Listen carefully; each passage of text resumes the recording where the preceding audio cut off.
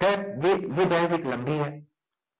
इस बहस में कुछ लोग चाहते थे कि मोहतरमा को, पाकिस्तान पीपल्स पार्टी को, मोहतरमा की शहादत की वजह से हमदर्दी का वोट ना मिले, जबकि दूसरा तबका, दूसरा जो ग्रोह था वो ये चाहता था कि मोहतरमा की शहादत एक अफसोसनाक वाकया है और इसकी वजह से हमारे कारकुन, हमारे वोटर्स जो हैं वो मुतहरिक रहें और हमें इलेक्शन में वोट, जो वोट 50% मिलने थे वो हमें 100% मिले। खैर, इतनी दफा की दो दफा की प्राइम मिनिस्टर ऑफ पाकिस्तान, दो माह पहले कराची में हमला, उन्हें कोई सिक्योरिटी नहीं दी। आल्दो कि उन्होंने यूके और यूएस की सिक्योरिटी एजेंसी से रब्ता किया सिक्योरिटी लेने के लिए, लेकिन उनको कोई सिक्योरिटी नहीं दी गई। और एक अचंभे की बात, 2 दफा की प्राइम मिनिस्टर का मर्डर हो जाता है लेकिन उनका पोस्टमार्टम नहीं करवाया जाता, जो कि आज तक एक सवालिया निशान है। कहा यह जाता है कि जनाब आसफ अली जरदारी, जो उनके मोहतरमा के शोहर थे, उन्होंने इस चीज से इनकार कर दिया कि हम मोहतरमा का पोस्टमार्टम नहीं चाहते।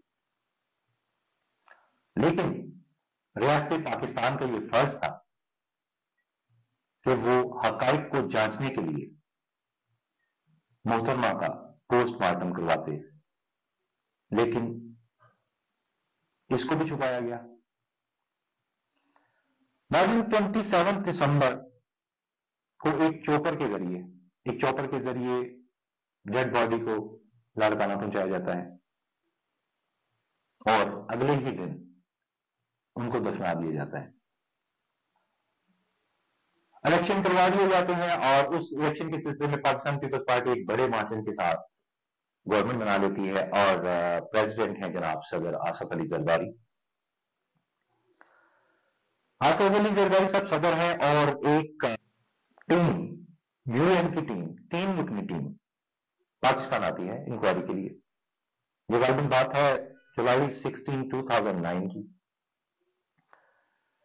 जब उस इंक्वायरी कमेटी की रिपोर्ट आती है, जो कि यूएन की कमेटी, यूएन ने अपने कुछ नुमाइंदगान पाकिस्तान भेजे और उन्होंने एक इंक्वायरी की और उसकी रिपोर्ट जब मंजर आम पर आई,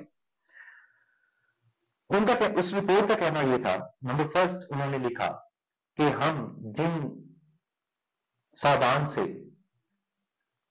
जिन अथॉरिटीज से हम इंक्वायरी करना चाहते थे, गवर्नमेंट ऑफ पाकिस्तान के कुछ लोगों ने हमें उनसे इंक्वायरी करने से मना कर दिया, उनको इजाजत नहीं दी गई। दूसरी बात जो वो लिखते हैं कि सीन ऑफ क्राइम, मोहतरमा के मर्डर होने के 10 मिनट के अंदर उस सारे इलाके को वाश कर दिया जाता है, पानी के साथ धो दिया जाता है। चौथी बात वो लिखते हैं कि कहीं ना कहीं इसमें जनरल परवेज मुशर्रफ साहब इन्वॉल्व हैं। पांचवी जो बात है वो लिखते हैं तहकीकात में कि मोहतरमा के मर्डर होने के बाद दूसरे दिन तहरीके तालिबान पाकिस्तान, जिनके सरबराह बैतुल्लाह महसूद थे। अच्छा जी, हम यूएन की रिपोर्ट की बात कर रहे थे, परवेज मुशर्रफ को भी इसमें शामिल करार दिया गया और खदशात थे कि परवेज मुशर्रफ साहब भी इसमें शामिल हैं। मैंने इस दरमियान ये होता है कि ये इंक्वायरी रिपोर्ट, यूएन की इंक्वायरी रिपोर्ट ये कहती है कि इस दौरान ये हुआ कि तहरीके तालिबान पाकिस्तान को मोहतरमा के मर्डर का जिम्मेदार करार दिया गया और ये कहा गया कि ये फतवा जारी किया गया था बैतुल्लाह महसूद की तरफ से, जो कि उनके कमांडर थे। लेकिन इसके 2 ही दिन बाद बैतुल्लाह महसूद ने इस बयान को इसके 2 दिन के बाद ही जनाब बैतुल्लाह महसूद साहब की तरफ से एक बयान जारी किया जाता है कि इससे हमारा कोई ताल्लुक नहीं, इस हादसे से या बेनजीर साहबा के मर्डर से हमारा कोई ताल्लुक नहीं। नाज़रीन, यूएन की रिपोर्ट ये कहती है कि उसके बाद पाकिस्तान मीडिया को एक फोन आता है जो कि अलकायदा के कमांडर, उस वक्त के सेकंड कमांडर अबुल यजीद, जिनका नाम गालिबन अबुल यजीद था, वो कत्ल की जिम्मेदारी लेते हैं, बेनजीर साहब के कत्ल की जिम्मेदारी लेते हैं। और ये वही अबुल यजीद था जो कि उसामा बिन लादेन के बाद दूसरे नंबर पर अलकायदा की कमांड कर रहा था। नाज़रीन, इसके बाद मामला कोर्ट में चला जाता है, एंटी टेररिज्म कोर्ट रावलपिंडी। वहां पर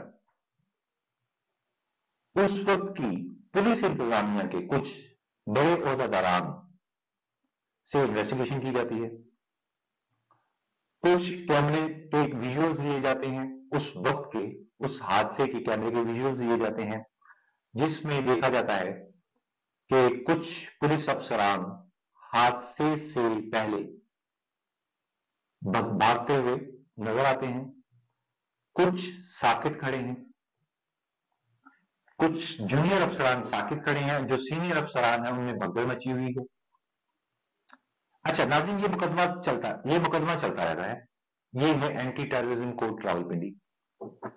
20 अगस्त 2013